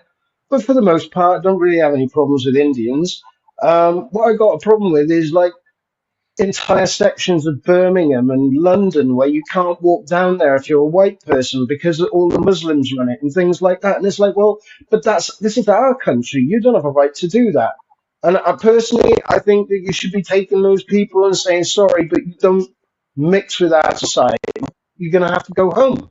You know what I mean? It's like, So you're saying, you've got you're saying that you've noticed a lack of integration from the Muslims. Is that what yeah, you're saying? and well, it's not just the Muslims. The Indians do it a little bit as well. Like I said, they come over, they don't learn the language, they stick to their own traditions and things like that. They don't because there's so much. Like if you take one person and put them in amongst 100 of a native people, that one person will pick up the customs and traditions and they'll become part of that society, right? They'll get to know everybody and eventually they take on the traits of the 100 people they are around it, right? Around them. But when you have 100 people and then you have another 80 come in and you try and mix them, it doesn't work. You can't integrate that many people when they're not sort of like So why doesn't the government just say, look, you guys, the government should come up with a policy that says, oh, they want this. If you're coming in, you have to Yeah, integrate into our culture, yeah. into our belief systems, Mm. into how we do things here. You have to integrate. The Why trouble don't is though that a lot of it's not compatible. So the government is all about LGBTQ, and that goes way against most Muslims, right? They're not going to accept and Christians homosexuals, and Christians? and Chris. Well, yeah, yeah, but this is what I'm saying is that what people don't understand about, and it's not all Muslims, because like Turkish Muslims are pretty cool, um, but Middle Eastern Muslims, and this is a sensitive topic, I know, Don't have a problem with Muslims, right? It's not like I go around hating on them or anything like that. This is just an observation. Um, but there is there's a thing in the West. We see the way other people we expect other people to think the way we do. That's what British people are like. We assume that they think in the same way that we do, right? And the trouble with Middle Eastern, it's not just Muslims, it's just Middle Eastern people, really, is that they have a completely different perspective on the world and life. They don't value life in the same way we do, for instance, right? So, a woman is worth this, the Quran, woman's worth less, half that of a man, and a infidel is worth less than an animal, right? An infidel is somebody who's outside the religion, right? And we've seen the way they make their halal meat, right? They hang the animal up by its feet and they slit its throat and drain its blood. So, so if the infidel is worth less than an animal, and that's what they do to their animals, what would they do to us? You see, they're just not compatible. They're too like if I went to Middle East, I wouldn't be compatible there. So it's the same thing. You see, it's not like they're a problem. It's just that our society's belief systems and perspectives on things are so different that they can't integrate. And I remember more than one occasion where there's been a news article about a young girl who started to become westernized because she's going to the Western schools and everything else. And the father or an uncle or whatever has done an honor killing because they've shamed their family, they've shamed Islam, and that's happened many times in the UK. So this is how incompatible we are. Who would murder their own offspring? Like the British people do not do that. Doesn't matter how bad the child is or what they've done or how shameful they've been. You would never ever do that to your child. So that's where we differ. Our whole perspective on life is completely different, and that's why we're just not compatible. So And what you're and the British government. So what you're saying is moral values count, and the government should take into account the Mm, people that don't hold the same values, or mm, 'cause you can't expect. I wouldn't look if I'm inviting a group of people into a country. You can't look. You have to make it clear to them. You have to say, look, listen. When you come in, yeah. you have to abandon your beliefs. All right, that's the only way. Because the thing is, Which is if they're never going to do. thank you. How can someone? Mm, How do you expect someone to give up on what they believe to be the moral thing to do or the right thing? Because exactly. morality, their morals is what influence our morals is what influence culture. So That's if right. these people are not compatible with the morals of the culture of Britain, why would the government then say it's okay for them to come in? This is the part that Well, that that blows my mind because it makes no sense why the British government isn't stupid. oh It's no, they're been not. No, no. they're extremely intelligent people and they're very aware Yep. of everything that we're talking about. So why would they do that? This is what I'm trying I'll to tell figure. you why. Because you can never have too many enemies. So can you repeat So that what again? the Oh, there was a little bit of static there. Can you repeat that, please? yeah, you can never have too many enemies, right? So you've got a swathe of the population, the host population, if you like, that point the finger at the Muslims and hate on them, and the Muslims, they're doing this, they're doing that. There's a lot of it, and they stoke that. They stoke that, right? And they stoke the race thing, right? Black against white, like they say black people are victims and white people are the oppressors and all this stuff. That they create as many conflicts as possible, so we're all pointing a finger at each other instead of looking to the government who's responsible for all the problems in the first place. You see? So if you're too busy worrying about where your next meal's coming from or whether you're going to have all the bills paid at the end of the month, then you're worrying about um, the Muslims or climate change and everything else. You're constantly absorbed by all these things. You've got your attention's being drawn from one thing to another, to another, to another, to another. So you're never paying attention to what the bloody government's doing, and they're the bloody criminals that are causing all the problems in the first place. That's the whole point.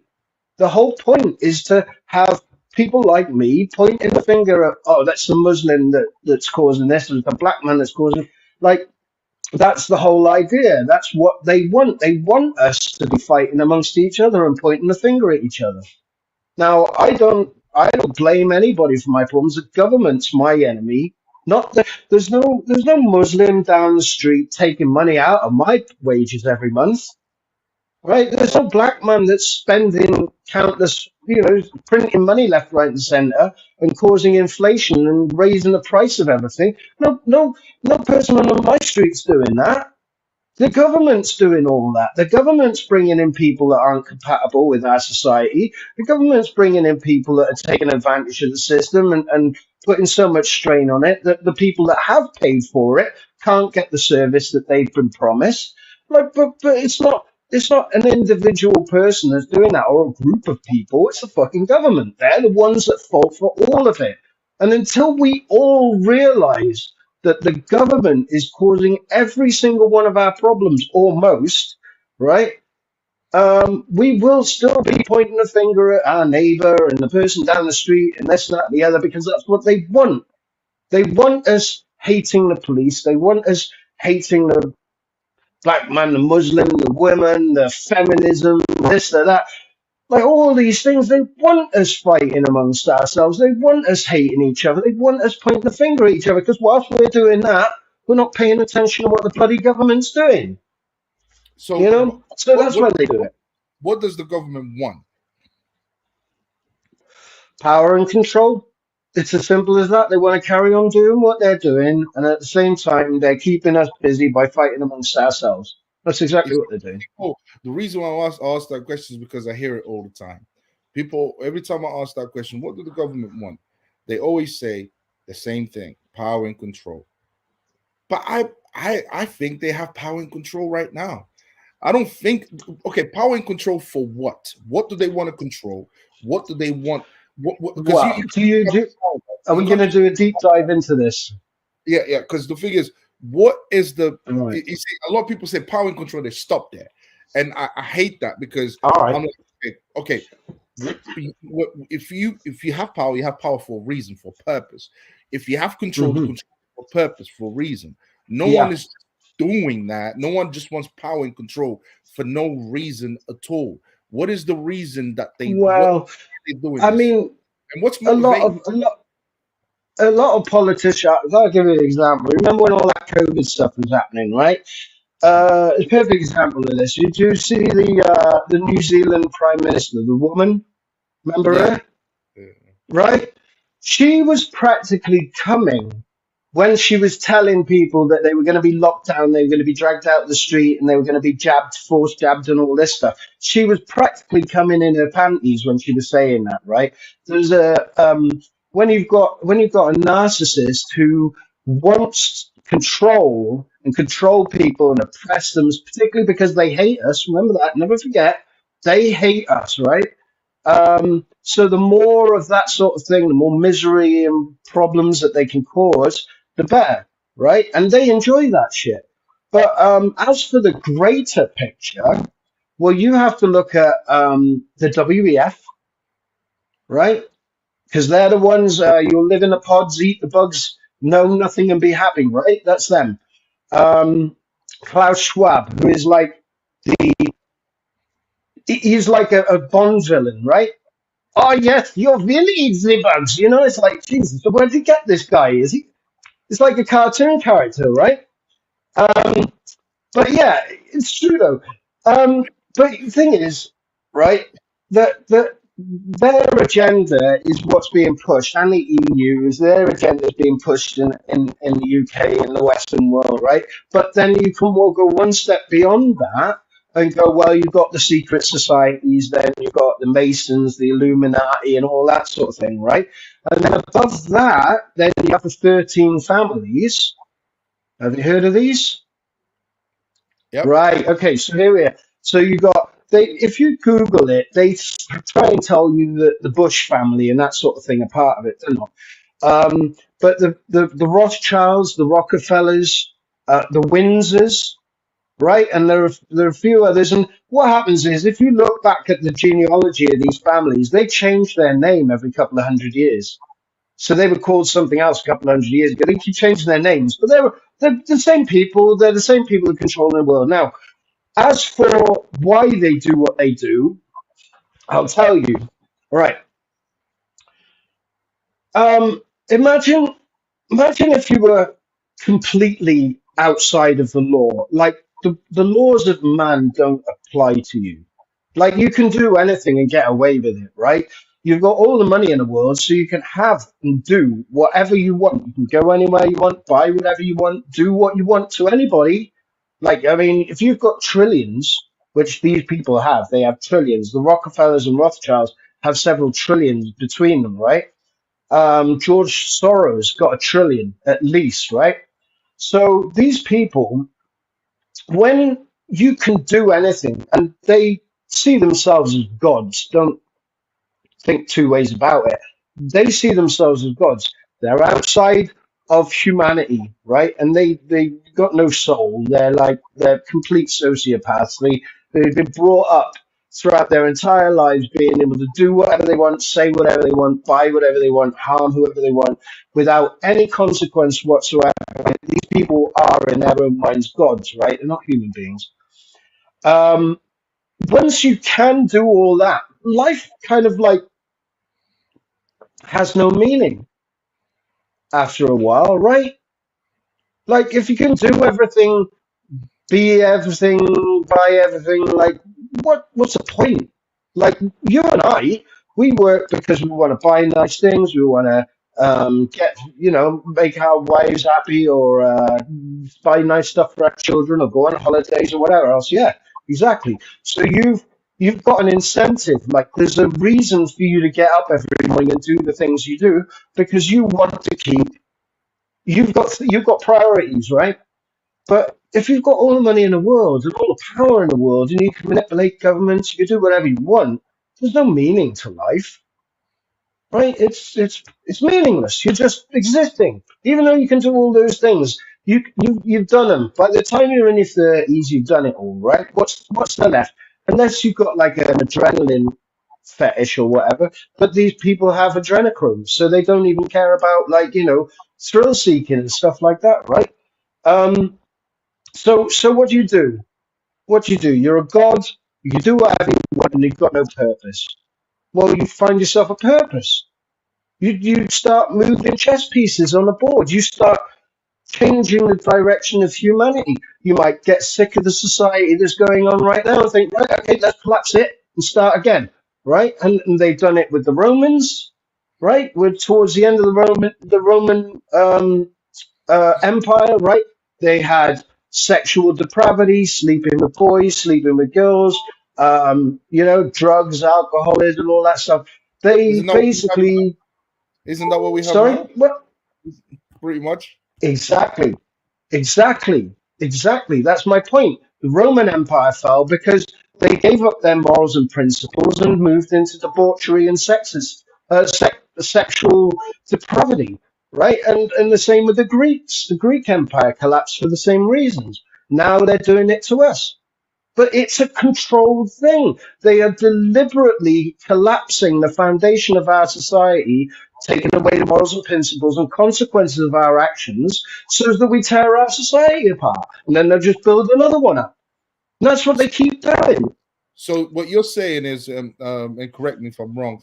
What you're saying is that they just have this um, nihilistic, I don't know, desire to keep destroying the world and rebuilding it back up just to destroy the world again, and rebuilding it back up just to destroy the world again. Do you think Well, that's because ultimately what their agenda is? they're gods. As far as they're concerned, they own the world. They can do whatever they want with it. You're looking at it from a human perspective. What you have to be trying to look at is from their perspective, and their perspective is that like none of us mean anything. We're like cattle to them. It's like slaughtering a chicken for a Sunday roast. They don't care. Like I just thought it was funny. when the Queen died and they had people lining up around the block for days and days and days, or miles of queues, just going to see the Queen's body. I'm like, why would I want to go and see someone who didn't give a shit about me? Like, if that woman had seen my obituary in the newspaper, do you think she'd shed a tear? No, she wouldn't. She wouldn't give a shit. She'd go, well, now I've got another 58 million of them, so why do I care about that one? So why would I care about them? Same with all these movie stars. Same with the politicians. They don't give a flying fuck about us. So why should I give a fuck about them? But and this is the thing. These people, the 13 families particularly, they do war with one another. Their agenda isn't always aligned. Sometimes they align, sometimes they don't, which is why you have conflicts. You know, you've got the 13 families control 13 different aspects of humanity, if you like. So the Rothschilds control the money, and then the Rockefellers control the oil and resources and things like that, and the Windsors control the sort of the people, if you like, because the Windsors don't think that they own most of the globe, right? So they own Canada, they own Australia, they own New Zealand, they own India, they own China. You think that they don't own these countries? You think they gave that up? It's like, no, no, no, no. They still own these countries. It's just that I'll give you an example, right? I tried to tell my mum this one, she wouldn't listen. But if the king had control of a country, or queen, or whatever, had control of the country, do you think they'd give that control up? No, of course not.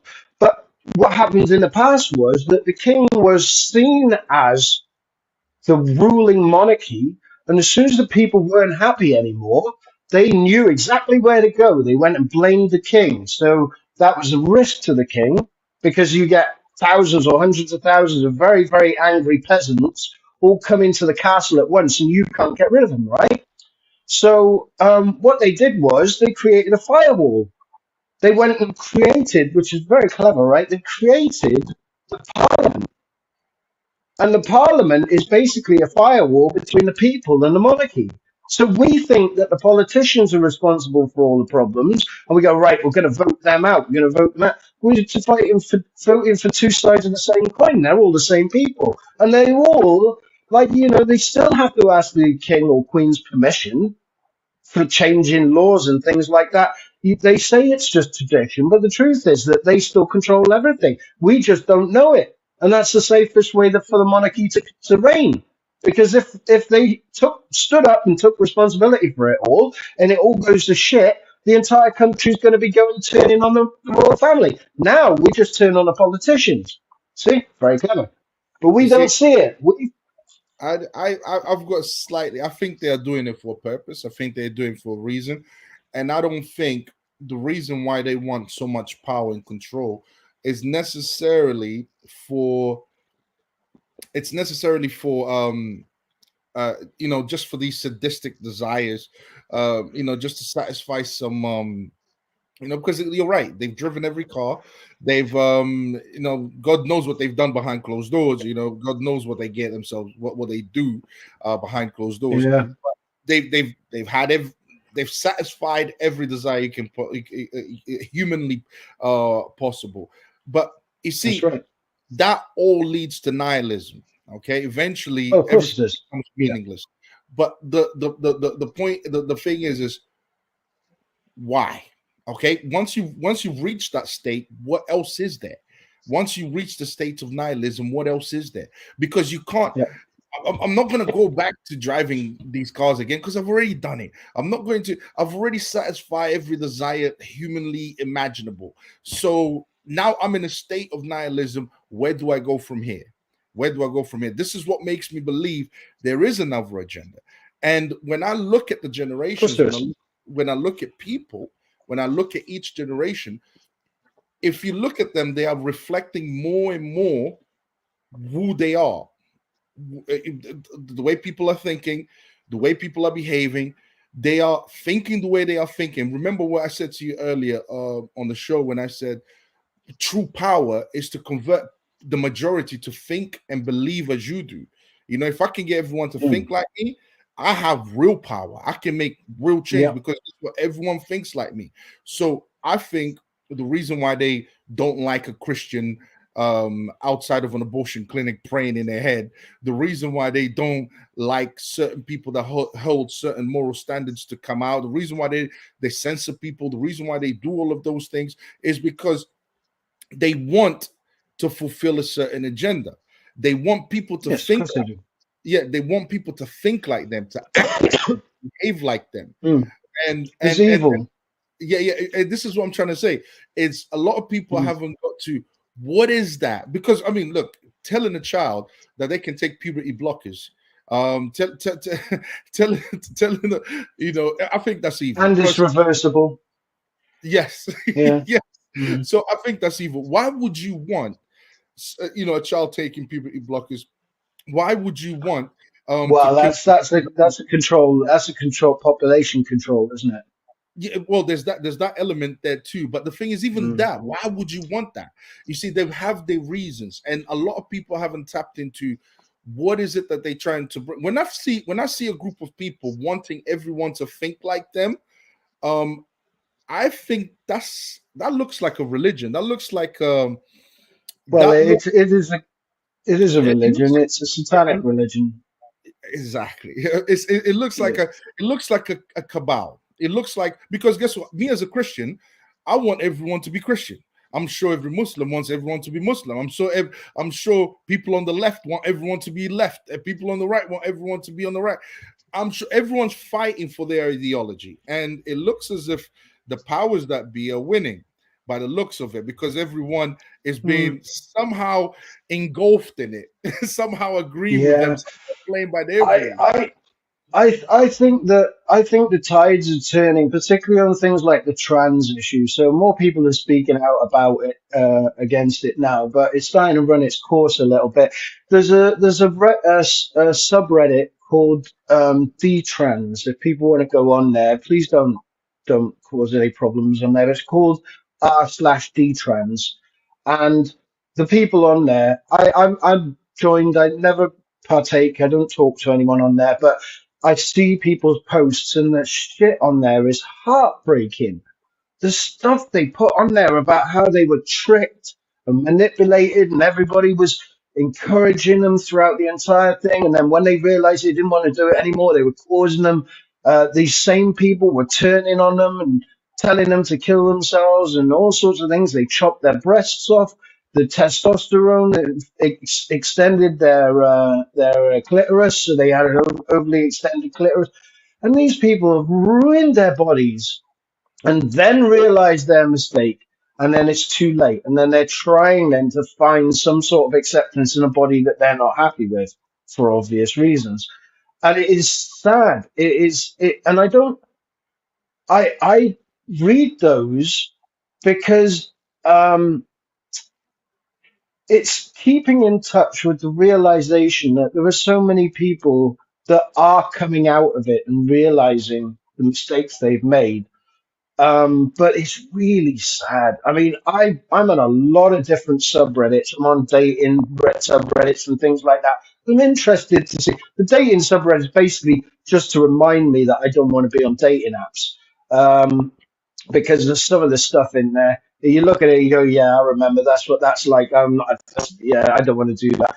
And it keeps me grounded. It keeps me away from that sort of thing. The thought that I might install Tinder. Um, but the D-Trans one is the most heartbreaking sub I have ever found, and I highly recommend people go on there and just read the experiences of these people and the comments because there are a lot of people that are offering a lot of support and advice and things like that. But what it will make you realize is that would only be a small fraction of the people that are detransitioning because not every detransitioner is going to go, oh, I bet there's a subreddit for that. So there are only going to be a handful. I think there's like 25 or 30,000 people on there. So, imagine how many are actually out there if that's only a snapshot on that subreddit. But they had like Facebook pages that were being taken down because they were hateful and things like this. Like they literally shutting these detransitioners down because they were trying to find a community and support, and they were going, no, no, no, that's transphobic, and they were shutting them down.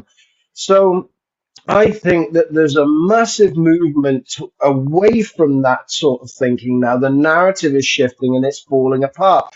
Same with the puberty blockers things causes osteoporosis and the weakness of the bones and everything else. And we know that now, and we're seeing these things where the British government stopped transitioning kids. The medical practice had to close down, the one that was doing all the kids and that. Absolute savages, monsters, these people, but they were doing it for the money.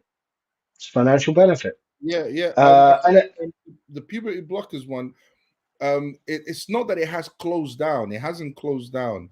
I know they're not the reporting. puberty blockers, no, but the transitioning of kids, the Oh, surgeries and things like that. There yeah. was a hospital in the UK that was doing it, and they had to close. Apparently, apparently it has moved to. I know what you're talking about, and I remember. I think I did the reaction on it. Apparently, it has moved to. It's now required for more testing, or I think they need to do more. So it's not that it has stopped. People can still get access to it, but what it is you have to kind of like you just have to go through a more rigorous There's testing yeah, which process to see whether or not you really want to go through with yeah. it, so on. I mean, And I think I NHS watched back at normal. Yeah, go on. I watched the trans agenda. Well, I mean, I've been watching things go on in the world for well over 10 years now. And, you hear me, I'm talking about all these things. I've spent a very long time watching, researching, and what I do is I take information that I find. So if I'm told something or I read something or whatever, I'll take that information and I'll put it away in the back of my mind. I won't believe it. I'll just put it away in the back of my mind. And then when I come across something else, I'll try and put the pieces together and then trying to find the truth, because that's what it's about. It's not about finding one single person and going, well, this guy knows everything. I'm just going to believe everything he says. That doesn't work. What you have to do is you have to listen to what they're saying, and then you go, "Well, it's not making any sense." I'll compare it to the stuff I already know, and then I'll try and make up an opinion. Maybe I'll add it, maybe I'll dismiss it, maybe I'll put it to one side and see if any other evidence comes up later on and confirms that. And over time, you build up a much better picture of what's going on. But I watched the trans thing as it started, as it went along, just like the maths thing. Remember, you remember when they first started saying that you'd have to wear masks, and the first thing they said was, well, you have to wear it to protect yourself, right? And people weren't going for that, so they changed the narrative to, well, now you've got to wear the mask to protect other people, and you're a selfish prick if you don't. You see what I mean? You're killing grandma if you don't wear the mask.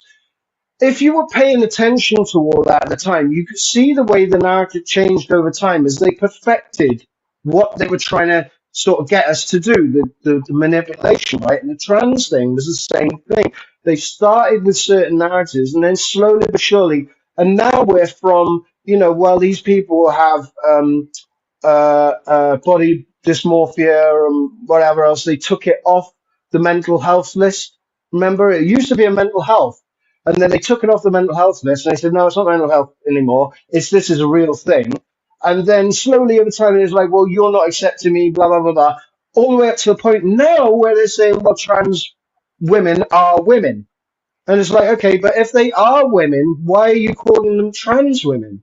Like, like you are defining something that is different because it's got a different name. But you want us to believe the complete lie. You want us to ignore the 30 or so years of our knowledge of biology and reality. And you want us to throw that all out to believe something that you believe, even if I don't. And that's where the problem is. And that's just why I say that the trans thing, and I don't mean to be mean, because I think these people are vulnerable, and I think that they're easily manipulated. And if you look at the correlation between transgenderism and mental health issues, almost all of them have like autism and things like that. So there is a corresponding thing between the transgenderism and and the mental health, right? And also, it's the shit that's in our water. If you want to look up atrazine, which is what Alex Jones was going on about when he said, "I'm sick of them putting chemicals in the water and turning the fucking frogs gay," right? That's what he was talking about, atrazine, right? And atrazine in a water supply will make frogs change genders. So they'll make female frogs start growing male genitalia, or the other way around, right? And that these kids are getting that. So you got boys have got low testosterone, the girls have got low estrogen, right? And then they're getting this stuff in the water, and then you've got all this social media, and it's become like goths were at one time, right? It's trendy. It's trendy because everybody's looking for an identity, right? So it used to be like, oh, we want to be a goth, or we want to be a punk, or whatever there was at the time, right? Because it's a new identity. It's something else. Some people are skateboarders, some people are rappers, and that sort of thing. And kids are easily influenced, and they're looking for an identity. And I'll give you an example. I remember a guy that came in to work in my workplace, and he'd lived in Swindon all his life. And he was like talking to me, he's in his 20s. He's talking to me, yeah, bruv, like in it, like that. And he's a white lad. Boy, in it, yeah, right. And he's, yeah, I wouldn't put up with that shit in it. Yeah. And I'm like, I know you didn't talk like that when you were 12, and your parents didn't talk like that. So this is just an identity. You're not even real. Like, you're trying to present an identity to me that isn't real. Like just be yourself. I'd accept somebody more if they were a bit of an arsehole, but they were just real, as opposed to something like, yeah, in it, bruv, in it. Like, this is like, yeah, man, you're not real. How can I believe a word that's coming out of your mouth, right? Right? But the transgenderism is the same thing. They want you to believe a facade. They're telling you this is a woman when you know full well it's not. And they may believe that they're a woman. I'm not saying that they don't believe that, but what they then expect you to do is for you to believe that they're a woman. They want you to feed in to their psychological dissonance, right? And believe something that's not true. And it's like, well, okay, if I came to you and I said that I was a cat, and you're supposed to call me Mr. Tiddles and give me a bowl of milk and scratch me behind the ears when I see you, otherwise you're a cataphobe and you're going to get arrested and put in a prison because you're oppressing me, you'd think I was bloody crazy. But for some reason, no. But most people would, right? No, I don't think you're crazy. I think you are a cat. Oh well, I will 100. Listen, can we just keep that to ourselves, mate? Because I'm only Mr. Tiddles on a weekend, all right? But yeah, it's like I think that the whole thing. If you believe you're something you're not, so if I believe I'm a cat, I'm obviously not a cat. And if you believe you're a man when you're a woman when you're a man, you've got a psychological problem. You've got an issue. And what we're doing is, instead of teaching these people and giving them the right treatment, love and understanding, absolutely, you don't want to like ostracize these people, but teach them to be accepting of who they are and accepting of their body, and give them the love and support that they need, instead of chopping pieces of their body off, trying to change them into something they'll never be. And I said this to a guy once. I said, look, if you, because he was saying like, oh, trans women, my friend's daughter, well, it used to be a daughter, but is now a boy, identifying as a boy, and she's much happier. She's always been much happier. And she said she's not mentally ill or anything like that. And I said, listen, mate, I said, if you're going to tell me that it's mentally stable to say if I don't chop pieces of my body off, I'm not going to feel normal. You're going to tell me that there's no mental health issue there. You've got a problem, right? Amen. So I Yeah. just, and the thing is though that it's important for us to stand our ground with these realities, and that's what I'm saying, right? Everybody's feeding into that bullshit. It's our responsibility to stand true to what we know is right and speak the truth. Doesn't matter how hard it is for people to hear, you have to speak the truth. Otherwise, what? You're just going to go along with it because you'd be just as false as the rest of them. And I'm not into that. I'd rather die on my feet than live on my knees, you know? Amen. Amen. Well said. And there's so much I want to talk to you about, but we're gonna have to cover it on the next show. And we're gonna get that sound problem fixed. But It's still there, is it? uh, do It's you know still there, is it? do you know what we could, yeah, it's still there. It comes on from time to time. But Mm. we're gonna get it fixed because we're gonna have more shows. We're gonna do more shows than this. We've You been at it. enjoyed this one, eh? Yes, yes. We've been, listen, it doesn't even feel like 2 hours. All right. We've been at No, it now, doesn't. No. it doesn't feel, we could literally talk about this forever. Seriously, because there's so much I want to ask you in regards to even dating, in regards to where the nuclear family Mm. is going. In regards to you brought up what they put in the water. Actually want to get Mm. in. I want to get to the bottom of that. I want to know the exact chemicals, how that affects the Yeah. body, and so on and so forth. Don't get me started on chemtrails. This is what I'm trying to say. There's so much to talk about, but Yeah. the aim was for 2 hours. Now, as usual, Paul, what we do on this channel, we give our solutions to what we've been talking about. So you go ahead, you give your solution, then I'll give mine, and then afterwards, when I end the stream, just stay on for a little bit. I'll talk to you afterwards. But yeah, if you could just All right. give your solution, and then I'll give my solution. So that's how. Yeah. Okay. Well, personally, if I had a choice, and this is what I do, I practice what I preach. So I'm not saying, oh, we've got to do this and never actually doing it. But we just have to speak the truth. We have to take the responsibility on our shoulders and be one of those rare patriots that stands our ground and speaks the truth. No matter how I've lost friends. There's a couple of people in work who will cross this, like literally cross the pavement to the other side of the street to avoid me because they really did not like what I had to say, right? And it's only what I've been saying here. It's the same stuff, right? So, but that's their problem. That's not my problem. I've always treated them well and I told them the truth. If they don't like that, then that's their problem. It's not my problem, right? It's like, if I go into work, I treat people well, I do the job well, I'm attentive, I'm health and safety, I don't harm people, try and help them as much as I can. And somebody doesn't like me, that's their problem. It's not my problem. I ain't done anything wrong, right? So I think that it's important for us to know what we're talking about, to pay attention to what's going on, and to speak truth. And I think that the more we speak truth and the more people come across others that also think the same way as you and I, the sooner these people will come around. And believe me, I walk my dogs quite regularly. I'll go out there and like I said, I talk that bullshit all the time. So I was like, I see somebody in the street, they say something, I say, oh, well, that's the fucking government's fault, isn't it? And you would be shocked at how many people are very similar in the way that they see things to me. You'd be surprised. People in my workplace too. There are more out there than you realize. But our responsibility, like I said, I say, well, it's our responsibility to tell others. We bear this burden. We carry this burden. It's been bestowed on us. It's a curse, but it's also a blessing. And we have to see it as that. And we have to make sure that we pass it on because that's how we fight these people.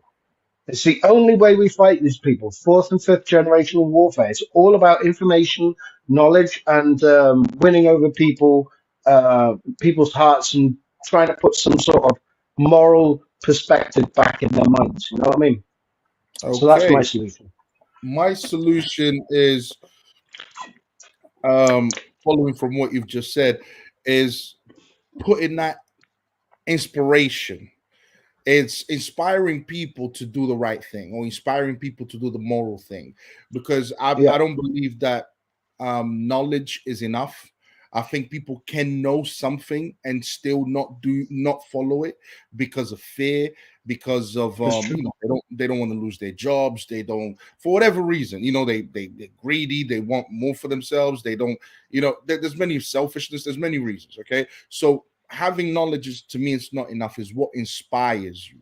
And for me, Mm. of course, it's Christianity. A lot of things that people are opposed to Christianity, a lot of people that people are against in society, like this, the LGBT movement, the transgender situation. Rainbow Mafia. Exactly. So you find that Christianity is also opposed to that, but of course we are Mm. not. We do not advocate for hating these people. We are not here. We are not allowed to do that. We are not allowed to, as Christians, we're not allowed to hate anyone. That's a sin. Well, So we hate can, leads to anger. Anger exactly, leads to violence. exactly, It's a corruption of the soul. It's never a good thing to hate. You know what I exactly. mean? So basically, so what it's important to understand the difference between standing against something and hating people. And the Mm. two are different. So to me, it's we have to go back to something that can motivate us to do the right thing. And I don't think a lot of Mm. people, even though they can know what is right, I don't think a lot of people are necessarily motivated to do what is right, because, to be No. honest, they are surrounded by so much degeneracy around them, and it's so tempting because we get tempted by all the things Yes. that are out there. So a lot of people just fall into temptation, and desperation. To be honest with you, so people need something to motivate them. Now, as far as is the establishment to blame, I think personally that it's the establishment is definitely to blame, but also are the people that are going that don't have the courage to fight against the Mm. agendas that the establishment puts out there, because It's eventually true. it's going to have to be us that are going to have to fight the fight. The government isn't going to change. It just forget that. They're not going to change. We have to change in order to change the government. That's how it works. So if we don't change, the government won't change. So as far as that goes, is the establishment to blame? That is my Yeah. that is my solution in regards to that. But yeah, Yeah, I agree with you to a great degree. We'll see differently with the religion thing. I think Christianity is a good religion. It doesn't teach you to hate other people. It does teach you to love thy neighbor, treat thy neighbor as thyself, and all that sort of thing. Whether or not people put it into practice is a different story. You know that guy that told me that I belonged in a COVID camp? I find out a week later that he was a bloody vicar.